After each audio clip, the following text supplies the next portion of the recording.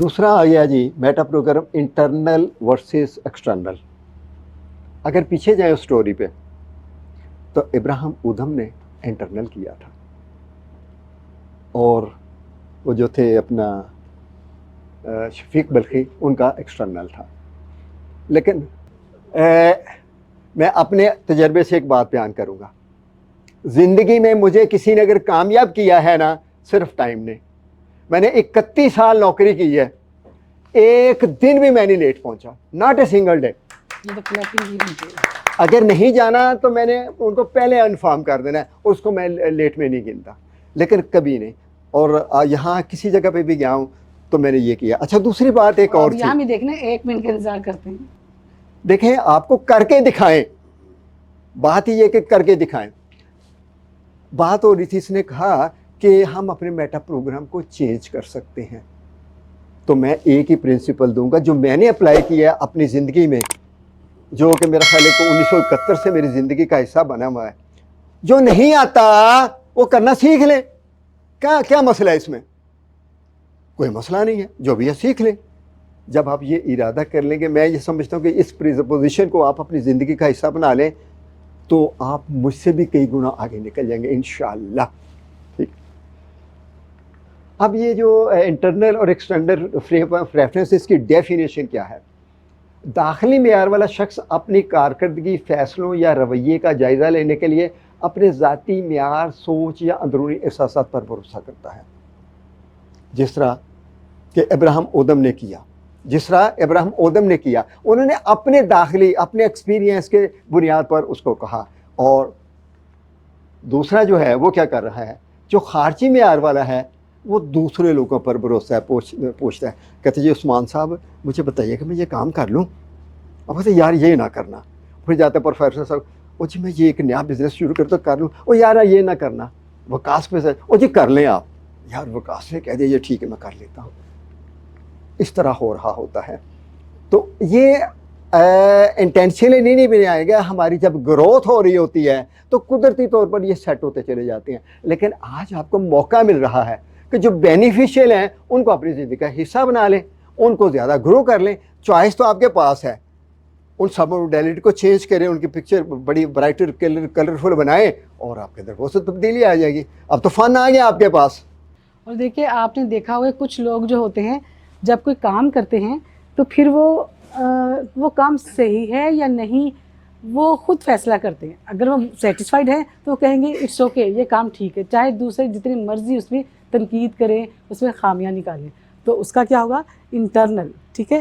اور جو کچھ لوگ ایسے ہوتے ہیں جب وہ کام کرتے ہیں تو بے شک وہ ٹھیک کام کیا ہو لیکن ان کی تسلی ہی نہیں ہوتی جب تک کوئی اور اپریشیٹ نہ کر دے, جب تک کوئی اور اس کو تعریف نہ کر دے.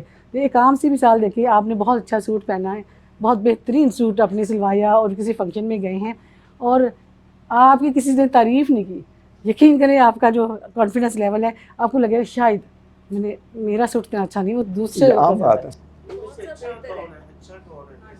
یہاں پہ کوئی طے نہیں ہے, کوئی پرنسپل نہیں ہے. جو آپ کو اچھا لگ رہا ہے, جو آگے بڑھنے والا ہے اس کو اڈاپٹ کرتے چلے جائیں.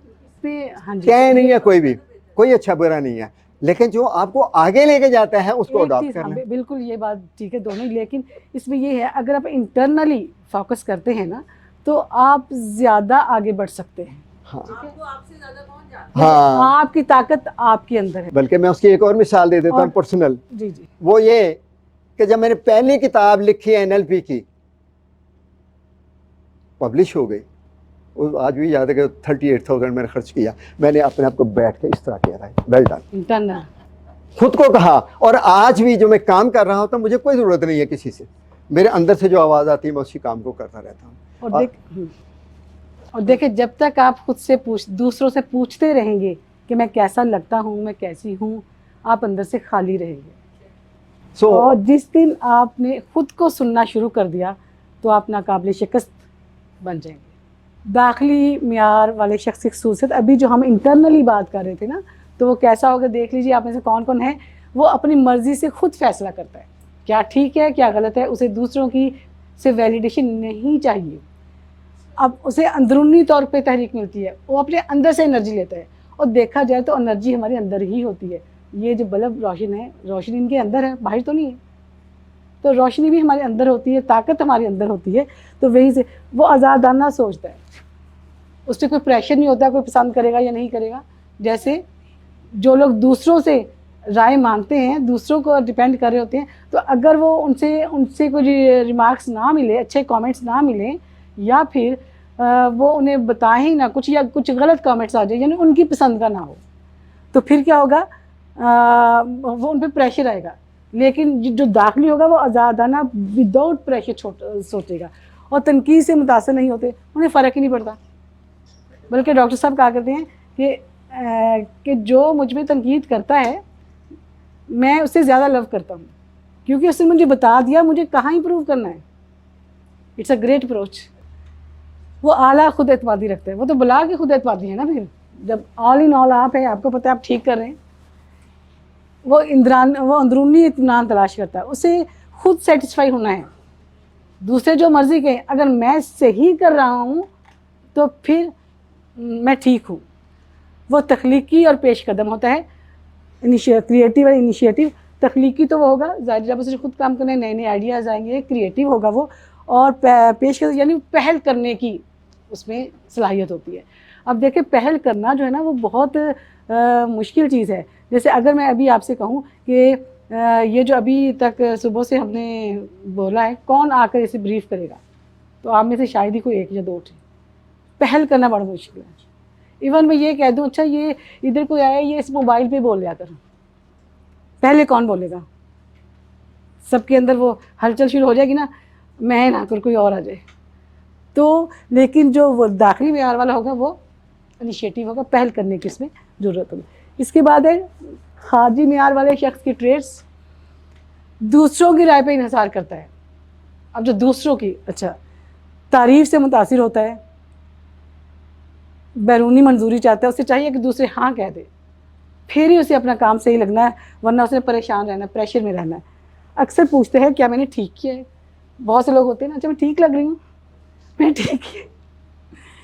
اکثر سماجی دباؤ میں آ جاتا ہے، پریشر آتا ہے. ابھی میں نے ذکر کیا پریشر میں آ جاتا ہے. کسی نے ذرا بھی دباؤ میں ڈالا تو وہ پریشر میں آ کے وہ کام کر دے گا. ہاں، دوسروں کی توقعات پہ چلتا ہے، دوسروں پہ دیکھتا رہتا ہے کہ وہ کیا کریں گے، کیا کہیں گے، اور وہ توقع یہ ہوتی ہے کہ وہ مجھے اچھا ہی کہے، میرے کام کو ٹھیک کر دیں. جی. اس کے بعد خود جائزہ لینے کی صلاحیت کم ہوتی ہے. ظاہر ہے جائزہ لینے کی صلاحیت تو آٹومیٹکلی کم ہو جانی ہے اس کی.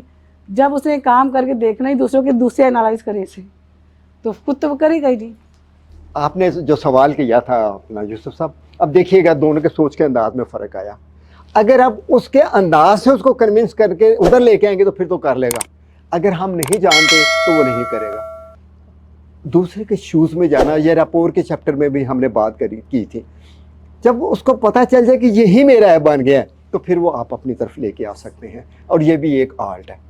اور جب آپ کے پاس سارے میٹا پروگرامز آ گئے، ادھر سے میٹا ماڈل آ گیا، لیکن پھر ایک بات ہے، only one thing, practice and practice. There is no shortcut. خالی سن لیا اور کر لیا تو کچھ بھی نہیں ہونا.